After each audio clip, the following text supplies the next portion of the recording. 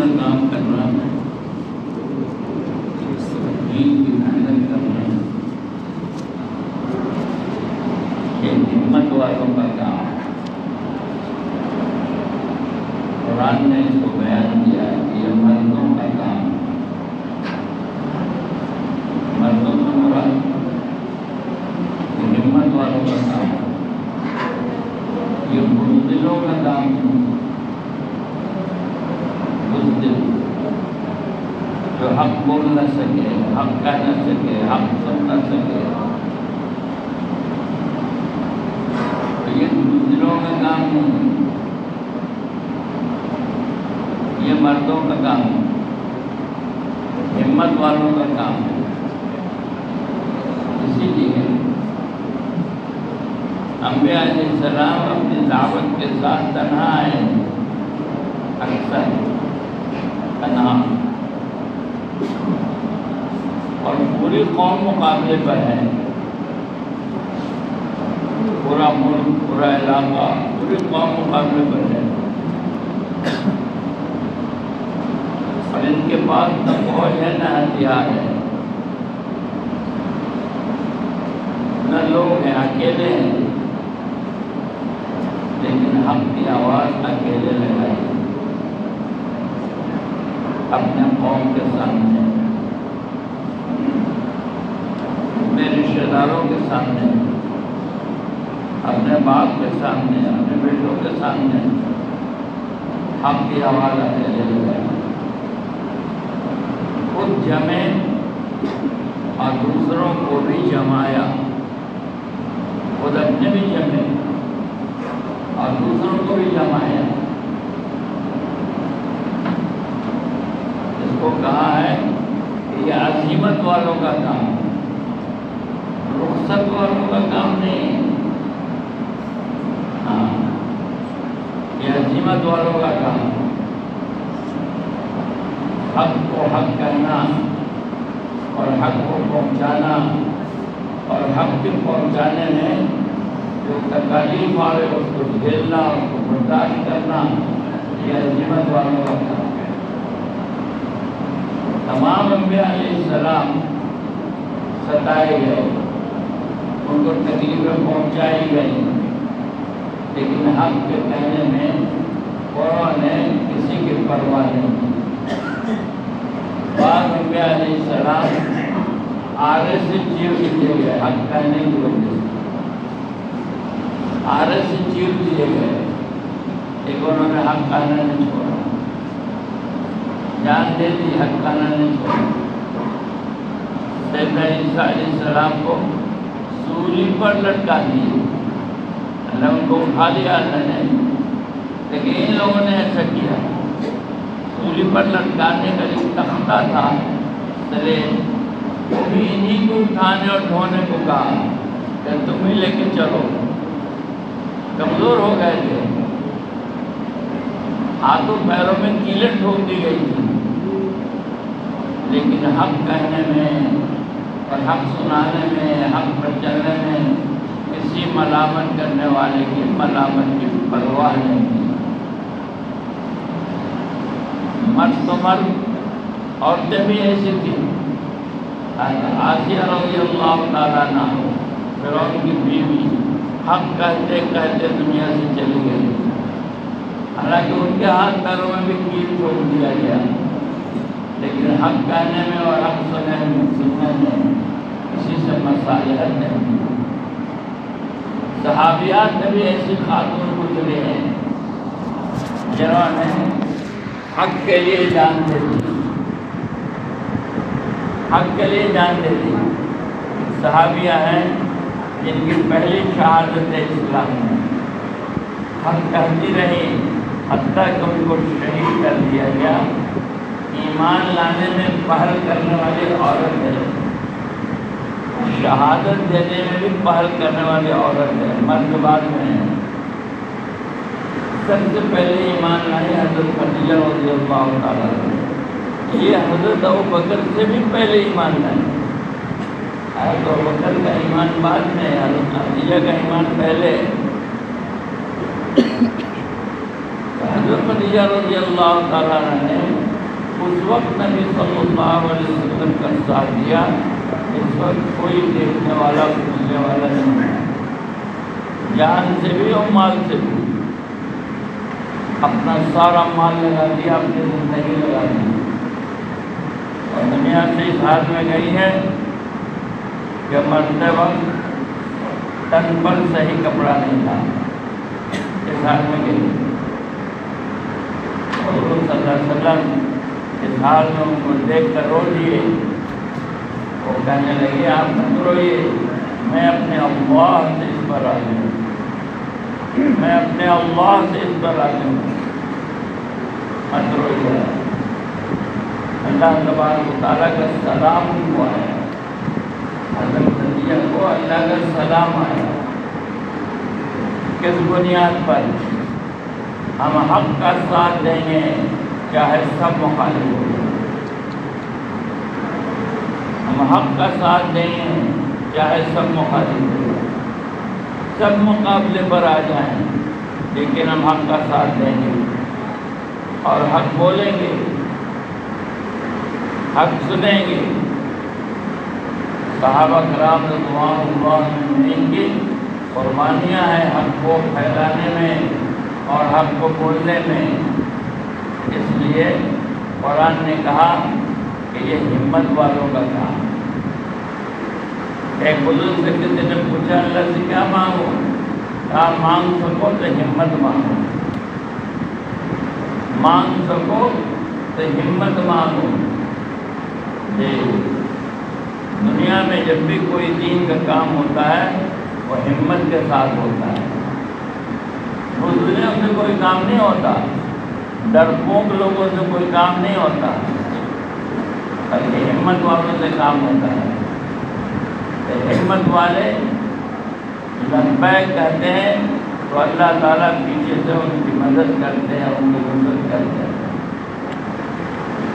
بدر کے میدان میں اس زمانے کا طریقہ یہ تھا کہ جنگ بعد میں شروع ہوتی تھی، پہلے بڑے بڑے سورما میدان میں آتے تھے اور ان کے لوگ آواز لگاتے تھے ہے کوئی جو ان کا مقابلہ کرے، ہے کوئی جو ان کا مقابلہ کرے۔ اگر جنگ شروع نہیں ہوئی ہے، جنگ سے پہلے یہ ہوتا تھا، یہ طریقہ تھا اس زمانے۔ ایک پہلوان آیا جو عرب کا مشہور پہلوان تھا اور بڑی طاقت اور بڑی قوت والا تھا، مشرکین مکہ اس کو سامنے لے آئے اور اس کا ہاتھ کھڑا کیا اور کہا اس کے ساتھ کون لڑے گا، اس کی ہمت ہے آ جاؤ۔ حضور اکرم صلی اللہ علیہ وسلم کے سامنے ایک صحابی کھڑے ہوئے، کہا نہیں تیرے سے نہیں لڑوں گا، تو میرے مقابلے کا نہیں ہے، تیرا خاندان میرے خاندان کے مقابلے کا نہیں ہے، میں تیرے سے نہیں لڑوں گا۔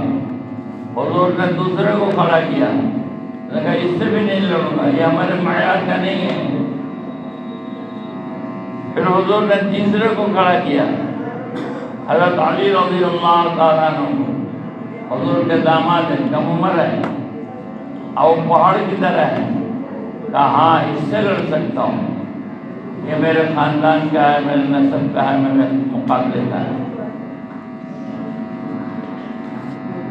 اس نے وار کیا، حضرت علی رضی اللہ تعالیٰ نے روکا، پھر حضرت علی نے وار کیا تو وہ دو ٹکڑے ہو گئے۔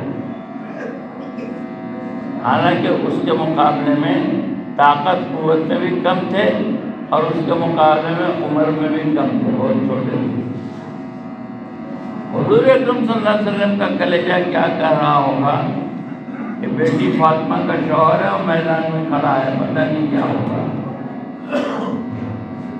ہمت دکھائی آقا صلی اللہ علیہ وسلم نے اسلام کے غلبے کے لیے، حق کے غلبے کے لیے، تو حق غالب ہوا۔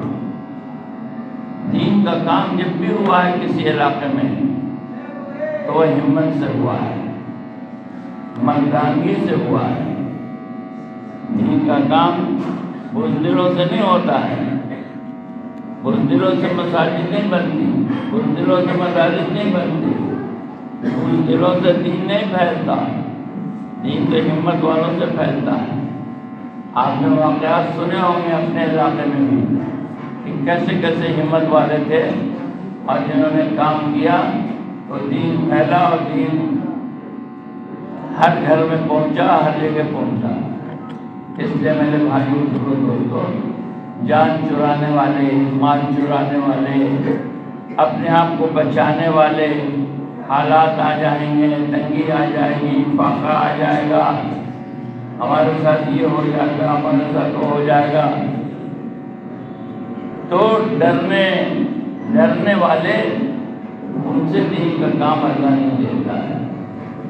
اسی چمپارن میں اسی دعوت و تبلیغ کے کام کی نسبت پر چلنے والے کتنے لوگ شہید ہوئے ہیں۔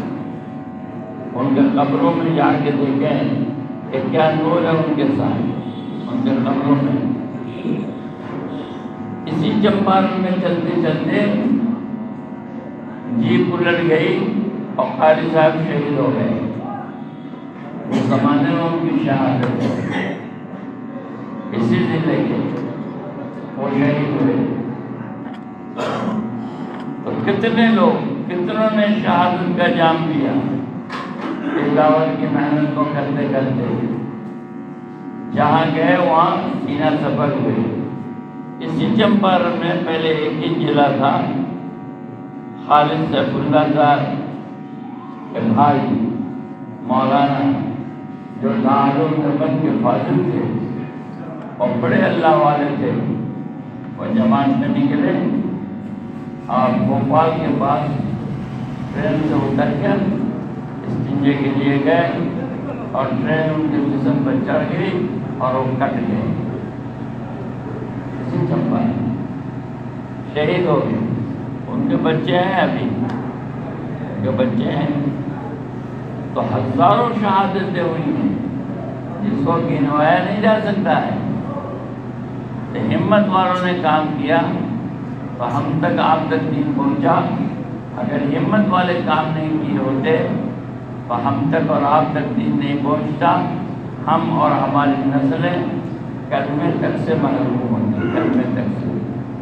کہ کلمہ جو ہماری زبان پر ہے، مساجد جو ہمارے پاس ہے، مدارس جو ہمارے پاس ہے، علماء جو ہمارے پاس ہے، یہ محنت کی برکت ہے۔ شروع میں دربھنگہ ایک ضلع ہے ہم لوگوں کے پڑوس میں، حضرت مولانا عبدالرحمن صاحب رحمۃ اللہ علیہ کہتے تھے، امیر الشریعت، کہ جب دربھنگہ میں 200 عالم تھے تو چمپارن میں 2 عالم تھے۔ کتنا فرق تھا؟ جب دربھنگے میں 200 عالم تھے تو چمپارن میں 2 عالم تھے۔ یہ امیر شریعت کہتے تھے، مولانا عبدالرحمن صاحب رحمۃ اللہ علیہ۔ لیکن آج دیکھ لیجیے چمپارن میں علماء کتنے ہیں، حفاظ کتنے ہیں، مدارس کتنے ہیں، مکاتب کتنے ہیں۔ یہ قربانیاں ہیں جو لوگوں نے دی ہے، ہمت کیا ہے لوگوں نے۔ کسی نے زمینیں دے دی، کسی نے روپے پیسے دے دیے، کسی نے چیز سامان دے دیا، اور اللہ کے دین کو غالب کرنے کی محنت میں اپنا حصہ ملا دیا۔ میرے بھائی بزرگوں دوستوں، آج بھی تقاضا ہے، ہمت والوں کو آواز دی جا رہی ہے، ہمت والوں کو بلایا جا رہا ہے کہ آ جاؤ، ہمت سے کام لو اور زندہ کرنے کی محنت میں لگو کہ حق زندہ ہو جائے، باطل مغلوب ہو جائے، حق غالب ہو جائے۔ اس کے لیے اپنی جان مال کی قربانیاں دو۔ اپنی جان مال کی قربانیاں دیں گے تو یہ دین زندہ ہوگا، ہم دنیا سے چلے جائیں گے، قیامت تک ہمارا اجر ہمارے قبروں میں ملتا رہے گا۔ اس لیے میرے بھائیوں بزرگوں دوستوں، ہمیں ہمت کرنے کی ضرورت ہے۔ یہ کام، دعوت کا کام، یہ کام زندگی بنانے والا کام ہے، اس سے زندگی بنتی ہے۔ یہ کام پودوں کے لیے نہیں ہے، یہ کام مال کے لیے نہیں ہے، یہ کام عزتیں قربان کرنے والا ہے، عہدے قربان کرنے والا ہے، شخصیت سازی کا کام نہیں ہے، شخصیت سوزی کا کام ہے، جو اپنے شخصیت کو قربان کرے، اپنے شخصیت کو دبا کر اس کام کو کرے۔ بعض لوگ اس کام کے ذریعے سے اپنی شخصیت بناتے ہیں، اور بعض لوگ اس کام کے ذریعے سے اپنی شخصیت مٹاتے ہیں۔ یہ مٹنے مٹانے کا کام ہے، مٹنے مٹانے کا کام ہے۔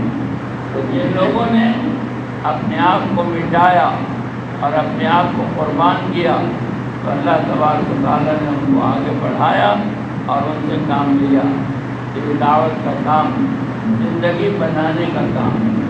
بنی ہوئی زندگی کو اللہ پسند کرتے ہیں، اور بگڑی ہوئی زندگی کو اللہ ناپسند کرتے ہیں۔ تو یہ زندگی بنانے کا کام ہے۔ بنی ہوئی زندگی کس کو کہتے ہیں اور بگڑی ہوئی زندگی کس کو کہتے ہیں؟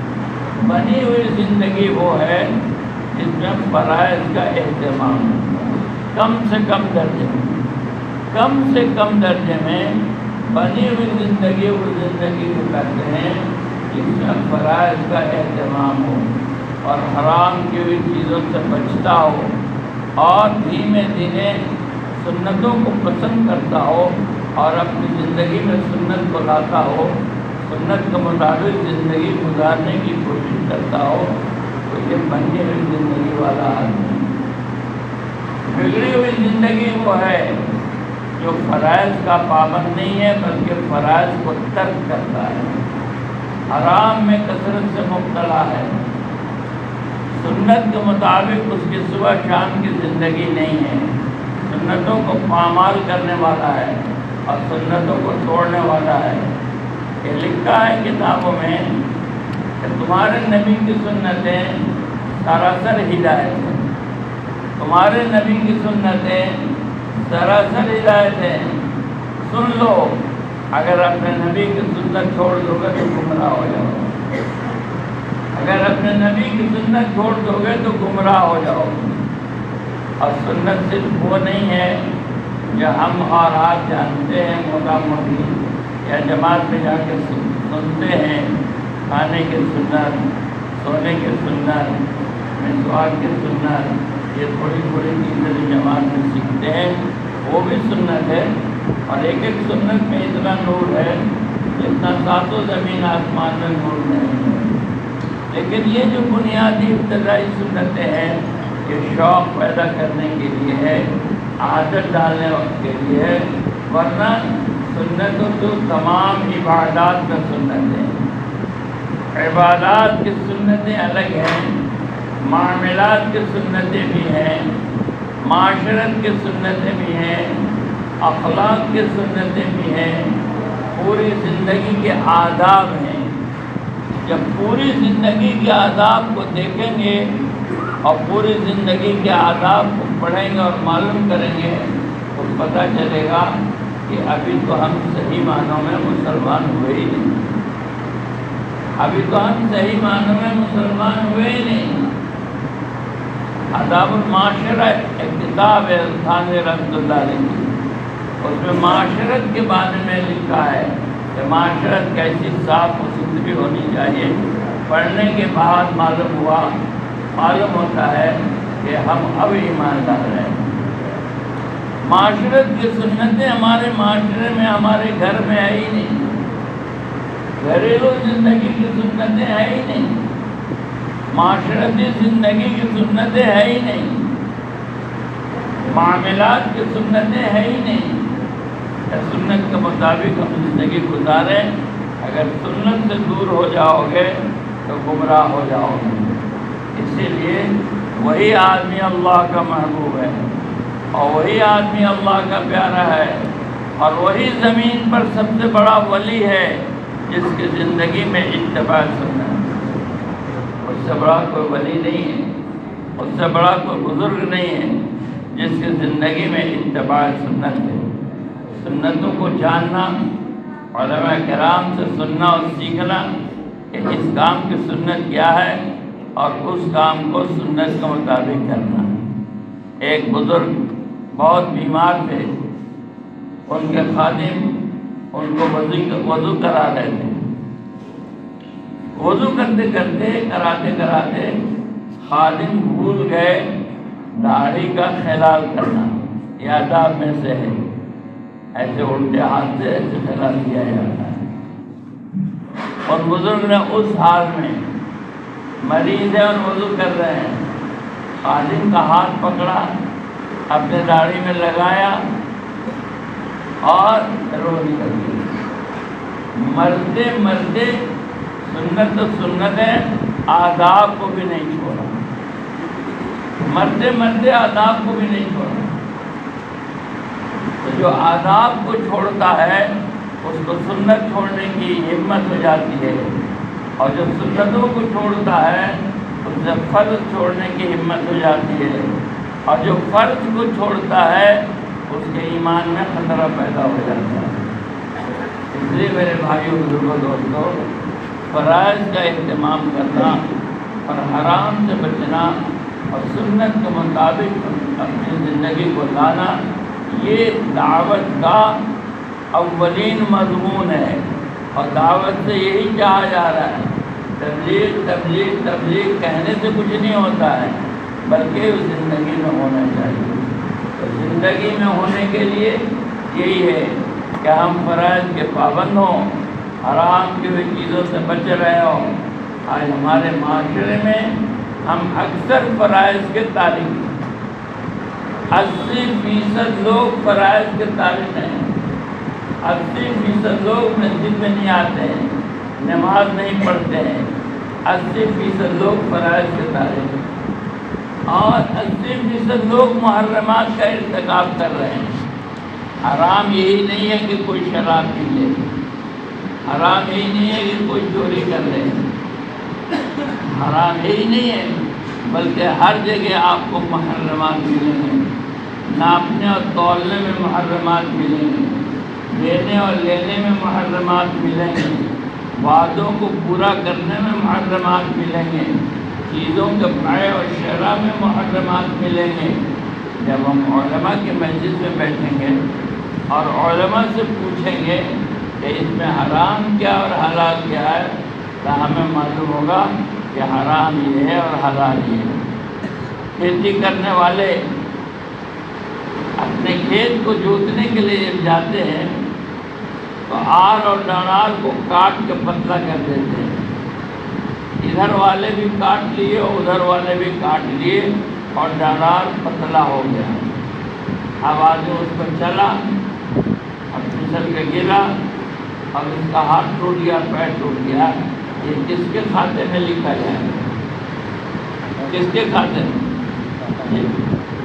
بھینس لے گئے اور لے آ کے چھوڑ دیا، وہ جا کے دوسرے کے کھیتوں میں چل رہی ہے اور اس کا دودھ دودھ کے ہم پی رہے ہیں، یہ حلال کھایا کہ حرام کھایا؟ ایک بزرگ گزرے ہیں احمد لاہوری رحمۃ اللہ علیہ، بزرگ گزرے ہیں، سکھ سے مسلمان ہوئے تھے اس زمانے میں۔ عبداللہ سندھی رحمۃ اللہ علیہ ایک بہت بڑے اللہ والے گزرے ہیں، وہ بھی سکھ سے مسلمان ہوئے تھے۔ عبداللہ سندھی رحمۃ اللہ علیہ کے بھانجے تھے یہ۔ انہوں نے اس زمانے میں فتویٰ دیا تھا، پہلے یہ عرض کر دوں کہ کیسے بڑے آدمی تھے۔ علامہ اقبال تفسیر ان سے سیکھے تھے، تفسیر میں علامہ اقبال کے استاد ہیں، اور تفسیر میں مولانا علی میاں کے یہ استاد ہیں۔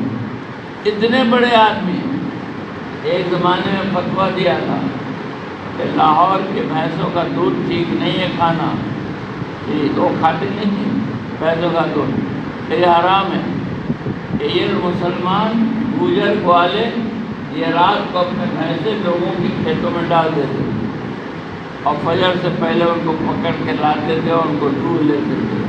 حضرت کا فتویٰ تھا کہ لاہور کی بھینسوں کا دودھ کھانا جائز نہیں۔ کسان کیا کیا کرتا ہے، ایک گنے کے کھیت میں جائے گا تو اپنا کھیت دیکھ لے گا، دوسرے کے کھیت سے گنا توڑ لے گا۔ آپ دیکھتے ہوں گے چنے کی جھاڑ اکھاڑ کے لوگ کھا لیتے ہیں، چنے کا جھاڑ اکھاڑا کھا لیتے، کدھر سے جائے گا؟ میرے بھائیوں بزرگوں دوستوں، محرمات ہماری زندگی میں داخل ہیں، حرام چیزیں ہمارے زندگی میں داخل ہیں اور فرائض کے ہم تارک ہیں۔ اس حال میں میرے بھائی کیسے اللہ کی مدد ہمارے ساتھ آئے گی اور کیسے اللہ کی نصرت ہمارے ساتھ آئے گی؟ دین سیکھنے سے آتا ہے، یہ سیکھنے نہیں آتا۔ ہم علماء کی مجلس میں بیٹھیں گے، اہل اللہ کی مجلس میں بیٹھیں گے تو ہمیں پتہ چلے گا کہ یہ ہمارا دین ہے، ہمیں معلوم ہوگا کہ ہمارا دین ہے، یہ صحیح ہے اور یہ غلط ہے، یہ جائز ہے یہ ناجائز ہے، یہ کرنا چاہیے یہ نہیں کرنا چاہیے۔ چھوٹی چھوٹی باتوں کا ہمیں علم نہیں ہے، چھوٹی چھوٹی باتوں کو ہم نہیں جانتے ہیں۔ مچھلی بیچ دیتے ہیں تالاب کی 3 سال کے لیے، باغ بیچ دیتے ہیں 3 سال کے لیے۔ علماء سے پوچھنا پڑے گا کہ 3 سال کے لیے جو باغ ہم نے بیچا اس کی جائز صورت کیا ہے، ناجائز صورت کیا ہے؟ اس کی جائز صورت بھی ہے، ایسا نہیں کہ نہیں ہے، لیکن علماء سے پوچھنی پڑے گی کہ جائز صورت کے لیے کیا کرنا پڑے گا۔ اسی طرح مچھلی کے لیے علماء سے پوچھنا پڑے گا کہ جائز کے لیے کیا کرنا پڑے گا، ورنہ ناجائز ہو جائے گا، حرام ہو جائے گا، گندی روزی ہمارے پاس چلی آئے گی۔ تو یہ دعوت کا کام اور تبلیغ کا کام زندگی بنانے کا کام ہے۔ اگر اس کام سے ہماری زندگی بن رہی ہے تو بہت غنیمت ہے اور اللہ کا کرم ہے اور اللہ کا فضل ہے اور اللہ کا احسان ہے۔ اور اس کام سے ہماری زندگی نہیں بن رہی ہے، علماء سے پوچھ لیجیے گا، چلہ لگانا ضروری نہیں، 4 مہینہ لگانا ضروری نہیں، 3 دن کی جماعتوں میں جانا ضروری نہیں۔ قرآن اور حدیث میں کہیں لکھ کے نہیں آیا صحابہ 3 دن کی جماعت میں نہیں جاتے تھے جیسے ہم جاتے ہیں، چلے میں نہیں جاتے تھے جیسے ہم جاتے ہیں، 4 مہینے میں نہیں جاتے تھے جیسے ہم جاتے ہیں۔ صحابہ نکلتے تھے، خروج صحابہ کے یہاں بھی تھا اور خروج خوب تھا، اپنا گھر چھوڑ کے جاتے تھے، اپنے بیوی بچوں کو چھوڑ کے جاتے تھے، اپنا کاروبار چھوڑ کے جاتے تھے، لیکن ان کی حدیں بہت آگے تھی جو ہماری نہیں ہیں۔ ہم کو تو ابتدائی درجے میں سیکھنے کے لیے 3 دن کہا جاتا ہے، صحابہ تو دین کو زندہ کرنے کے لیے جاتے تھے اور دین کی آواز لگانے کے لیے جاتے تھے اور جان دینے تک کی نیت کر کے جاتے تھے۔ تو میرے بھائیو بزرگوں دوستو، ہمارا اللہ کے راستے میں نکلنا اپنی زندگی میں دین لانے کے لیے اور دین سیکھنے کے لیے۔ ہم جماعت میں دین سکھلانے نہیں جاتے ہیں، ہم کو کیا دین آتا ہے کہ ہم سکھلانے جائیں گے؟ ہم تو مزدوری کرتے ہیں، کھیتی کرتے ہیں، ملازمت کرتے ہیں۔ ہم نے دین کب سیکھا کہ ہم دوسروں کو دین سکھائیں گے؟ ہم نے خود ہی نہیں سیکھا ہے تو ہم دوسروں کو کیا دین سکھائیں گے؟ ہم دین سیکھنے جاتے ہیں، مشق کے لیے جاتے ہیں۔ دین کی دعوت تو بڑے لوگوں کا کام ہے، ہم دین سیکھنے جاتے ہیں جماعتوں میں۔ اسی لیے اپنے نکلنے کو دیکھنا پڑے گا کہ پچھلی بار بھی میں نکلا تھا 3 دن میں اور اس بار بھی نکلا ہوں 3 دن میں، تو نیا کیا سیکھا جو پچھلی بار نہیں سیکھا تھا؟ پچھلی بار بھی چلے میں نکلے تھے، پھر چلے میں نکلے، تو نیا کیا سیکھا جو پہلے نہیں سیکھا تھا؟ تو یہ سیکھنے والا کام ہے کہ ہم سیکھیں دین۔ ابھی ہم دین سیکھے ہوئے نہیں ہیں، ابھی تو ہمیں اعوذ باللہ بسم اللہ بھی صحیح پڑھنے نہیں آتا، ابھی تو ہمیں ثنا بھی صحیح پڑھنے نہیں آتا، ہمیں التحیات اور درود شریف بھی صحیح پڑھنے نہیں آتا، ابھی تو قرآن ہمارا صحیح نہیں ہے، نماز میں قیام اور رکوع اور سجدہ صحیح نہیں ہے، ہاتھ کی انگلیاں سجدے میں کہاں ہوں گی اور پیر کی انگلیاں سجدے میں کہاں ہوں گی، یہ سیکھنے کی چیز ہے۔ ایک آدمی نماز پڑھا ریت میں، ریت تھی اس میں اس نے نماز پڑھا، تو ریت میں نماز پڑھنے کی وجہ سے جب وہ سجدے میں گیا تو انگلیوں کے نشان آ گئے، ایسے ہاتھ رکھا تو انگلیوں کے نشان آ گئے۔ ایک بزرگ وہاں سے گزرے تو لوگوں نے بتایا ایک بہت بڑے بزرگ آئے تھے اور انہوں نے یہاں نماز پڑھی، تو حضرت نے کہا چلو جگہ دکھاؤ، لوگوں نے جگہ دکھایا تو انگلیوں کے ایسے نشان تھے۔ حضرت نے کہا یہ ولی کی نماز نہیں ہے، یہ شیطان کی نماز ہے۔ سجدے میں انگلیاں بند رکھنے کو کہا گیا ہے، اس کی انگلیاں کھلی ہوئی ہیں۔ سجدے میں انگلیاں بند رکھنے کو کہا گیا ہے، اس کی انگلیاں کھلی ہوئی ہیں، یہ ولی کی نماز نہیں ہے، یہ شیطان کی نماز ہے۔ تو ابھی تو ہماری نماز ہی ٹھیک نہیں ہے۔ حضرت مولانا قاسم نانوتوی رحمۃ اللہ علیہ کہتے تھے کہ 2 رکعت نماز میں جو مسائل ہیں اس کا بھی استحضار نہیں ہے، وہ بھی کتاب دیکھ کے بتائیں۔ کوئی مسئلہ پوچھتا تھا تو کہتے تھے کتاب دیکھ کے بتائیں، کتاب دیکھ کے بتائیں۔ 2 رکعت نماز میں اتنے مسائل۔ تو میرے بھائیو بزرگوں دوستو، نماز سیکھنے کی چیز ہے، روزہ سیکھنے کی چیز ہے، حج سیکھنے کی چیز ہے، زکوٰۃ سیکھنے کی چیز ہے، یہ ساری سیکھنے کی چیزیں ہیں۔ اس کو سیکھنا ہے، اس کے لیے دعوت ہے، یہ تبلیغ ہے۔ اور ہم جانتے ہیں کہ پورا دین تبلیغ میں نہیں سکھایا جاتا، چند صورتیں سکھائی جاتی ہیں، نماز سکھائی جاتی ہے، پورا دین تبلیغ میں نہیں سکھایا جاتا، بلکہ تبلیغ میں پورے دین کا شوق پیدا کرتے ہیں، بنیادی دین سکھلاتے ہیں۔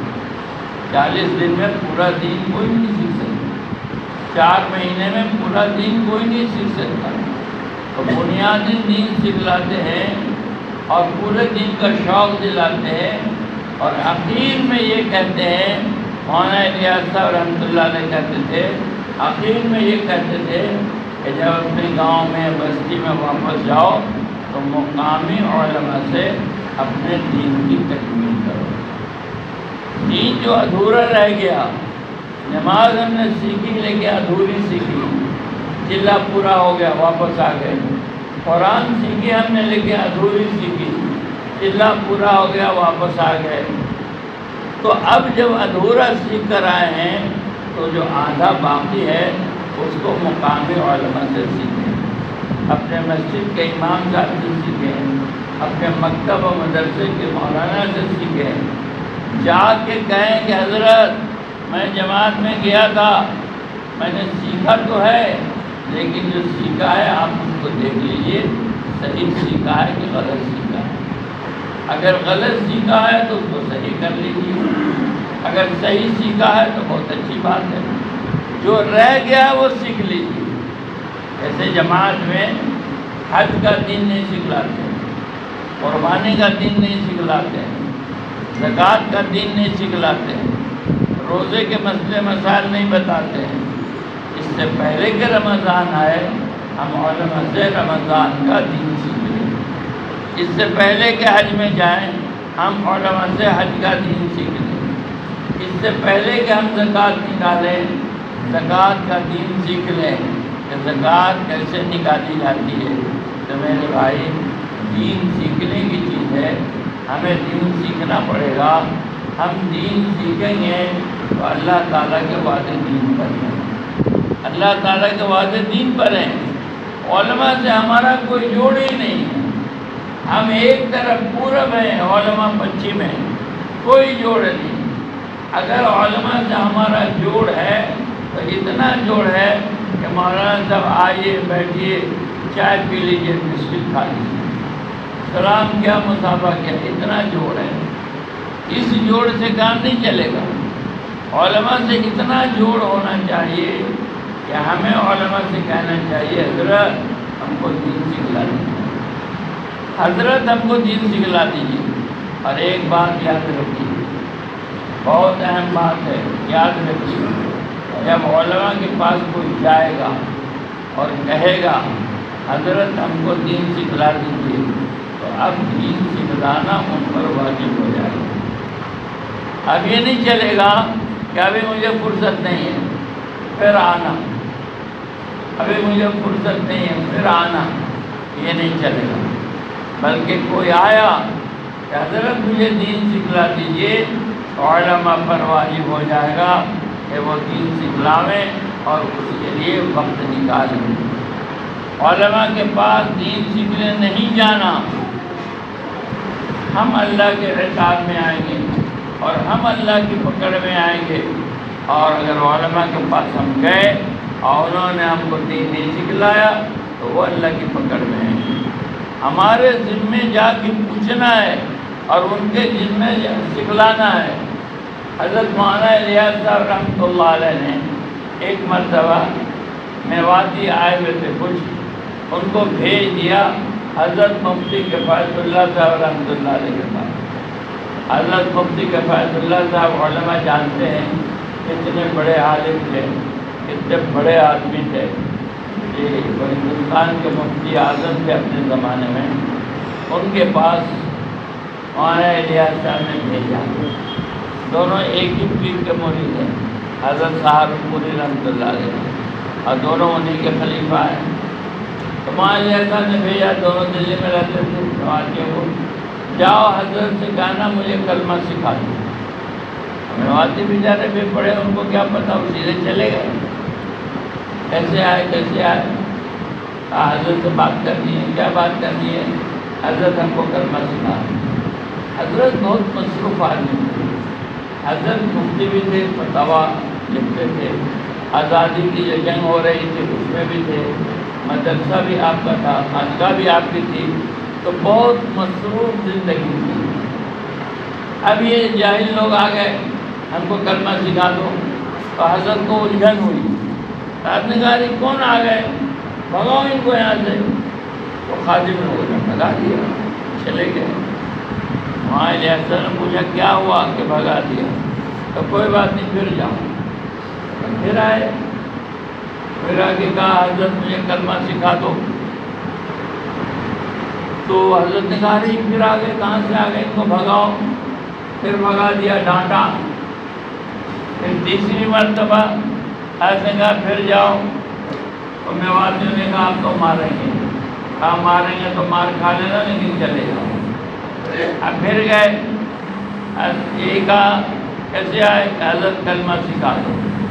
تب حضرت کو یاد ہوا کہ وہ تم کو مولوی الیاس نے بھیجا ہے؟ کہاں مولوی الیاس نے بھیجا ہے جی۔ پھر وہ آئے تو کیا کہا حضرت نے، کہ حضرت نے کیا کہا، کہ سن کے آنا حضرت نے کیا کہا۔ تو حضرت نے یہ کہا کہ جب امت میں دین کی اتنی طلب ہو گئی کہ وہ علماء کے پاس دین سیکھنے کے لیے جانے لگی، تو علماء کی ذمہ داری ہے کہ ان کو دین سیکھنا۔ حضرت نے کہا کام ہو گیا، ہم کو مفتی صاحب سے دین تائید چاہیے تھی، تو وہ تائید کرے۔ اس کام کے مزاج کو سمجھیے، ہم نے اور آپ نے اس کام کے مزاج کو نہیں سمجھا ہے، اسی لیے یہ کہا جا رہا ہے کہ ہم سمجھتے ہیں کہ ہم مولانا الیاس صاحب کا کام کر رہے ہیں۔ حقیقت یہ ہے کہ ہم مولانا الیاس صاحب کا کام نہیں کر رہے ہیں، ہم اپنے مزاج کا کام کر رہے ہیں، اپنے من کا کام کر رہے ہیں۔ مولانا الیاس صاحب کا کام یہ تھا کہ وہ یہ چاہتے تھے کہ امت میں ہم اتنی طلب پیدا کر دیں، اتنی طلب دین کی، ایمان کی، نماز کی، اخلاق کی، علم کی، ذکر کی، امت میں ہم اتنی طلب پیدا کر دیں کہ امت دین سیکھنے کے لیے علماء کے پاس جانے لگے۔ یہ تھا مولانا کا منشا، جو آج تک پورا نہیں ہوا 100 برس میں۔ کہتے کہتے چلے گئے دنیا سے ہمارے بڑے، لیکن آج تک ہم اپنے علاقے کے علماء کے پاس دین سیکھنے نہیں گئے۔ یہ ہے نہج سے ہٹنا۔ جب یہ بات کہی جاتی ہے کہ کام نہج سے ہٹ گیا، اور یہ بات کہی جاتی ہے کہ ہم ایسا والا کام نہیں کرتے ہیں، تو ہم کو تکلیف ہوتی ہے، ہم جھگڑا کرنے کے لیے تیار ہو جاتے ہیں۔ ہم گشت کو، تعلیم کو، روزہ کو مولانا الیاس صاحب کا کام سمجھتے ہیں، چلہ کو مولانا الیاس صاحب کا کام سمجھتے ہیں۔ یہ سارے اعمال شوق پیدا کرنے کے لیے، گشت بھی شوق پیدا کرنے کے لیے ہے، تعلیم بھی شوق پیدا کرنے کے لیے ہے کہ ہمارے ہاں فضائل کی تعلیم ہے، مسائل کی تعلیم نہیں ہے، فضائل کی تعلیم شوق پیدا کرنے کے لیے۔ تو ہمارا گشت شوق پیدا کرنے کے لیے، ہماری تعلیم شوق پیدا کرنے کے لیے، ہماری ملاقاتیں شوق پیدا کرنے کے لیے، ہمارا روزہ اور چلہ شوق پیدا کرنے کے لیے۔ جب شوق آ گیا تو جائیں کہاں؟ یہاں پر آ کے بات ملی، شوق آ گیا، نماز پڑھنے کا شوق آ گیا، روزہ رکھنے کا شوق آ گیا، زکوٰۃ دینے کا شوق آ گیا، حج کرنے کا شوق آ گیا، تو اس کو سیکھنا پڑے گا یا بغیر سیکھے شوق پورا ہو جائے گا؟ ایک آدمی کو نماز پڑھنے کا شوق آ گیا، اتنا تبلیغ والوں نے کہا نماز پڑھ نماز پڑھ نماز پڑھ نماز، اچھا ہم بھی پڑھیں گے آج سے، اور پورا گروپ ہو کے نیت مان دی، نماز ہو گئی اس کی، شوق ہو گیا سیکھا نہیں، شوق ہو گیا سیکھا نہیں، حج کا شوق ہو گیا حج سیکھا نہیں، زکوٰۃ کا شوق ہو گیا زکوٰۃ سیکھا نہیں، رمضان کے روزوں کا شوق ہو گیا سیکھا نہیں۔ تو شوق ہو گیا اور سیکھا نہیں تو یہ غلط کرے گا، غلط دین کو بدلے گا۔ اسی لیے معاہدہ رحمۃ اللہ ڈرتے تھے کہ یہ استدراج تو نہیں ہے، علماء اس کو سمجھیں گے، علماء سمجھیں گے کہ استدراج کیا ہے۔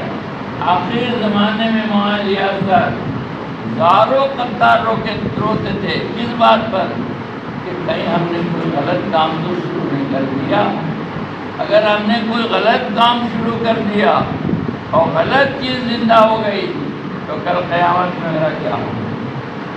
مولانا الیاس صاحب رحمۃ اللہ علیہ بیمار تھے، آخری وقت کی بیماری تھی جس کو مرض الوفات کی بیماری کہتے ہیں۔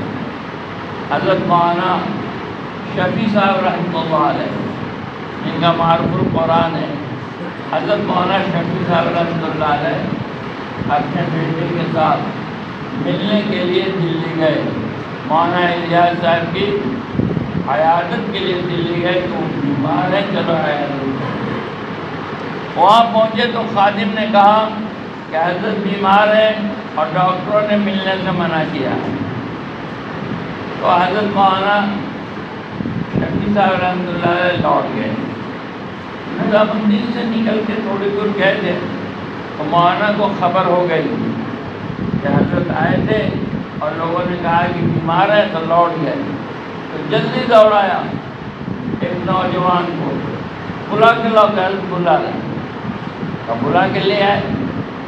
یہ جو بلانے گئے تھے نوجوان وہ مولانا یوسف صاحب تھے، بلا کے لے آئے تو حضرت زار و قطار رو رہے تھے، معاہدہ صاحب رحمۃ اللہ علیہ ان کے سامنے بہت رو رہے تھے۔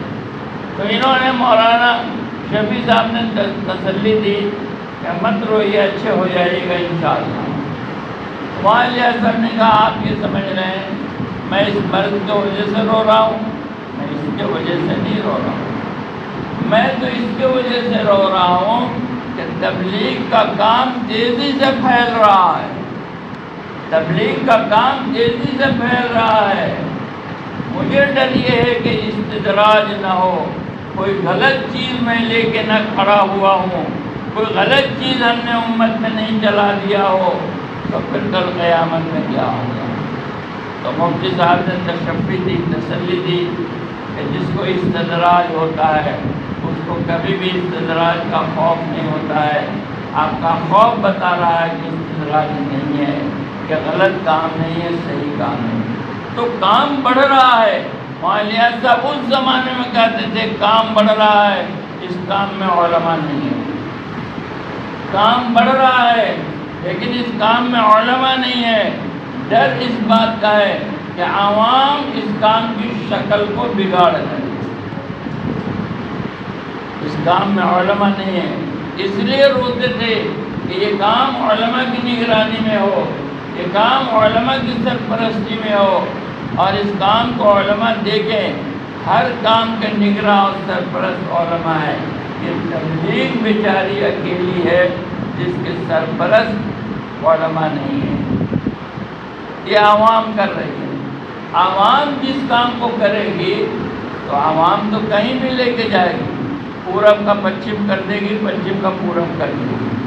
اس لیے میرے بھائیو بزرگوں دوستو، مولانا الیاس صاحب رحمۃ اللہ علیہ نے اعلیٰ بات تو یہ ہے، اعلیٰ بات تو یہ ہے کہ ہماری چاہے 3 دن کی جماعت ہو، چاہے 10 دن کی جماعت ہو، چاہے ضلع کی جماعت ہو، اس میں علماء ہوں، اعلیٰ بات یہ ہے۔ لیکن اس کی شکل بتائی ہے معاہدہ صاحب، اس کی شکل یہ بتا رہی ہے کہ تم دنیا میں لگے ہوئے ہو، علماء دینی کاموں میں لگے ہوئے ہیں، تمہارا دنیا چھوڑ کے نکلنا مشکل ہے، علماء دین چھوڑ کے کیسے نکل جائیں گے؟ ان کے ساتھ مسجد کی ذمہ داری ہے، مدرسے کی ذمہ داری ہے، تنظیم و تحریکوں کی ذمہ داری ہے، مکاتب مساجد کی ذمہ داری ہے۔ وہ دین چھوڑ کے کیسے نکلیں گے؟ تم دکان مکان کھیت کھلیان چھوڑ کے نہیں نکلتے ہو۔ اس لیے جب تم نکلنا ہو اور تم جماعت تیار کرو تو علماء کے پاس جا کے کہو کہ حضرت جماعت تیار ہے، ہم سب بے پڑھے ہیں، آپ تھوڑا وقت دے کے چلیں اور ہمیں دین سکھائیں۔ ان کو ذمہ داری ہے مسجد کی، وہ مسجد کا انتظام کریں گے۔ ان کو ذمہ داری ہے مدرسے کی، وہ مدرسے کا انتظام کریں گے۔ اگر وہ کوئی نائب امام مقرر کرتے ہیں تو اس کی تنخواہ تم دو کہ امام صاحب تم کو سکھانے جا رہے ہیں۔ نائب امام مقرر کیا، اس کا بوجھ مسجد پر مت ڈالو، اس کی تنخواہ نائب امام کی تم دو اور امام صاحب کو لے کے جاؤ۔ امام صاحب نکلیں گے اپنے خرچے سے، لیکن ان کو چھٹی تنخواہ کے ساتھ ملے گی، اس لیے کہ وہ اپنے کام سے نہیں جا رہے ہیں، وہ دینی کے کام سے جا رہے ہیں۔ یہ ترتیب سکھائی تھی مولانا علی حسن۔ مدرسے کا کوئی مدرس جا رہا ہے، آپ کہہ رہے ہیں حضرت ہم کو ایک آدمی دیجیے، ہم کو دین سکھلا دے۔ معتمد صاحب نے آدمی دیا، جو سبق وہ پڑھاتے تھے وہ سبق رہ گیا، تو آپ یہ کہو معتمد صاحب سے کہ آپ ایک استاد زائد بحال کر لیجئے جو اس سبق کو پڑھائے جس سبق کا آدمی جا رہا ہے، اور اس سبق کا جو مدرس ہے اس کی تنخواہ آپ لوگ دو، مدرسے پر اس کا بوجھ مت ڈالو۔ مولانا اپنے خرچے سے جماعت میں جائیں گے، لیکن چھٹی مدرسہ ان کو تنخواہ کے ساتھ دے۔ یہ ترتیب بنائی تھی مولانا علی حسن نے تاکہ علماء اس کام میں شریک ہو جائیں، اپنی دینی ذمہ داریوں کے ساتھ علماء اس کام میں شریک ہو جائیں۔ کسی وجہ سے علماء اس کام میں آپ کے شریک نہیں ہو سکے اور آپ کے ساتھ جلے 4 مہینے میں نہیں گئے، تو جب آپ جلہ 4 مہینہ لگا کے آتے ہو، 3 دن لگا کے آتے ہو، تو آپ علماء کے پاس جاؤ اور علماء سے جا کے کہو کہ حضرت ہم 3 دن لگا کے آئے ہیں، ہم جلہ 4 مہینہ لگا کے آئے ہیں، جو ہم نے سیکھا ہے وہ سن لیجئے، دیکھ لیجئے، اگر صحیح ہے تو ٹھیک ہے، صحیح نہیں ہے تو اصلاح کر لیجیے، تو صحیح نہیں ہے تو ہم اپنی اصلاح کرا لیں، علماء سے اصلاح کرا لیں، جو قرآن سیکھا ہے جماعتوں میں اس کو صحیح کرا لیں، جو نماز سیکھی ہے جماعتوں میں اس کو صحیح کرا لیں، اور جو نہیں سیکھا ہے اس کو سیکھ لیں۔ ہم اپنا ربط علماء سے قائم رکھیں۔ علماء کرام کی ذمہ داری یہ ہے، مولانا علی صاحب رحمۃ اللہ علیہ کہتے تھے کہ جب عوام امت دین سیکھنے کے لیے طلب لے کر آ گئی علماء کے پاس، تو اب علماء کی ذمہ داری ہے کہ اس کو دین سکھلائیں، اس کو دین سکھلائیں، اپنے اوقات میں سے وقت نکالیں اور نکال کے اس کو دین سکھلائیں۔ جماعتیں آتی ہیں یہاں، ہم یہاں موجود ہیں محلے میں، کھانا کھلا دینا اچھی بات ہے، ہم کھلا دیتے ہیں، ہم گشت کروا دیتے ہیں، ہم تعلیم میں شریک ہو جاتے ہیں، یہ بہت اچھی بات ہے، لیکن علاقے کے علماء کی یہ ذمہ داری ہے کہ ان جماعتوں کو لے کے تھوڑی دیر بیٹھیں اور ان نکلنے والوں کا جائزہ لیں کہ ان کی دینی سطح کیا ہے۔ جب آپ ان نکلنے والوں کا جائزہ لیں گے تو آپ کو پتہ چلے گا کہ یہ دینی سطح ان کی گری ہوئی ہے، اس لیے کہ کوئی دکان سے نکل کے آیا ہے، کوئی کھیت سے نکل کے آیا ہے، کوئی محنت مزدوری سے نکل کے آیا ہے، کوئی بھی مدرسے سے نکل کے نہیں آیا ہے، اس کی دینی سطح گری ہوئی ہے۔ اس کی دینی سطح میں جو گراوٹ ہے، ہم 10 منٹ 20 منٹ آدھا گھنٹہ اپنے مدرسے کے اوقات کے علاوہ، اپنے مسجد کے اوقات کے علاوہ، اپنے دینی خدمات کے علاوہ الگ سے وقت نکال کر ان جماعتوں کا دینی سطح کا ان کے جائزہ لیں کہ ان کی دینی سطح کیا ہے، اور پھر وہ چیز ان کو سکھلانے کی کوشش کریں۔ بہت سے لوگ ایسے ملیں گے جن کا کلمہ صحیح نہیں ہوگا، بہت سے ایسے لوگ ملیں گے جن کی نماز صحیح نہیں ہوگی، ہمیں ان کا کلمہ صحیح کرنا پڑے گا۔ آپ ہندوستان کی بات کرو، چمپارن کی بات کرو، ہم نے عرب میں دیکھا ہے عرب کے بوڑھوں کا کلمہ صحیح نہیں ہے، عرب کے بوڑھوں کا۔ آپ کو تعجب ہوگا کہ عرب میں بھی کوئی آدمی ایسا ہو سکتا ہے جس کا کلمہ صحیح نہیں ہے، عرب میں بھی ایسے لوگ ہیں جن کا کلمہ صحیح نہیں ہے۔ میرے بھائیوں بزرگوں دوستوں، جب آپ نکل کے دیکھیں گے تو خون کے آنسو روئیں گے کہ دینی بگاڑ اتنا آیا ہے کہ مکے میں رہنے والا آدمی 40-50 سال سے مکے میں ہے، لیکن اس کو حج عمرے کی توفیق نہیں ہے۔ جب محلے میں جماعتیں گشت کرتی ہیں اور لوگوں کے عادات اطوار کا جائزہ لیتی ہیں تو پتہ چلتا ہے کہ عرب ہے، نسلی اعتبار سے عرب ہے، ہندوستانی نہیں عرب ہے، اور 50 سال سے مکے میں رہ رہا، لیکن اب اس نے عمرہ کیا نہ ہے۔ کیا ضرورت ہے کہ نہیں محنت کرنی؟ اس لیے میرے بھائیوں بزرگوں دوستوں، ہم لوگ ایک جماعت میں ہمارے ساتھی لوگ چل رہے تھے، سنائے کہ عرب بوڑھا تھا، اس کو کلمہ کہا گیا تو پڑھتا تھا لا الہ الا اللہ، لا الہ الا اللہ۔ 80-85 سال کی عمر، اس عرب بوڑھے کا کلمہ صحیح کرایا جا رہا ہے۔ ایک ایک آدمی کا کلمہ آپ کو تعجب ہوگا 26 دن میں صحیح نہیں ہوتا، چلے میں 26 دن ہو گئے لیکن زبان پر کلمہ چڑھ ہی نہیں رہا، صاف طور پر لا الہ الا اللہ نہیں پڑھ سکتا۔ آپ سمجھتے ہیں کہ یہ مرض کسی اور کیا ہوگا؟ مہربانی کر کے آپ اپنے گھر والوں کا کلمہ سن لیجیے، اپنی اماں کا کلمہ سن لیجیے، اپنے ابا کا کلمہ سن لیجیے، اپنے پھوپھا پھوپھی کا کلمہ سن لیجیے، اپنے ماموں ممانی کا کلمہ سن لیجیے، اپنے خالہ خالو کا کلمہ سن لیجیے، اپنے بھائی بھتیجے کا کلمہ سن لیجیے۔ آپ کے ہمارے گھر میں ایسے لوگ مل جائیں گے جن کا کلمہ صحیح نہیں ہے۔ ہم حافظ قرآن ہو سکتے ہیں، ہم عالم دین ہو سکتے ہیں، کہ میرے گھر میں سارے لوگوں کا کلمہ صحیح ہو، گارنٹی نہیں ہے، ضروری نہیں ہے۔ ہمارے گھر کے سارے لوگوں کو نماز آتی ہو، یہ ضروری نہیں ہے۔ آپ لے کے بیٹھیں گے تو پتہ چلے گا، ہم کو لے کے بیٹھنے کا موقع ہی نہیں ہے۔ ہم لے کے بیٹھیں گے تو پتہ چلے گا کہ دین کہیں باہر گم نہیں ہوا ہے، دین تو میری زندگیوں سے گم ہو گیا، دین تو میرے گھر سے گم ہو گیا، دین تو میرے خاندان سے گم ہو گیا، دین تو میرے لوگوں سے گم ہو گیا ہے۔ اگر ہم جائزہ لیں گے تو پتہ چلے گا بنیادی دین ہمارے گھروں سے غائب ہے۔ اس لیے میرے بھائیوں بزرگوں دوستوں، یہ دین کے سیکھنے سکھانے کا کام ہے۔ جماعتیں طلب پیدا کر دیتی ہیں لیکن جماعتیں دین نہیں سکھلاتی ہیں، یہ اچھی طرح ہم کو یاد رہنا چاہیے۔ جماعتیں دین پہ چلنے کا شوق پیدا کرتی ہیں لیکن جماعتیں دین نہیں سکھلاتی ہیں، ان کو دین سکھلانے کی استعداد نہیں ہے، ان کے پاس خود ہی دین نہیں ہے، وہ دین کیا سکھلائیں گے؟ خاص طور سے مسائل عوام کیا سکھلائے گی؟ مسائل تو علماء سکھلائیں گے، عوام کیا سکھلائے گی؟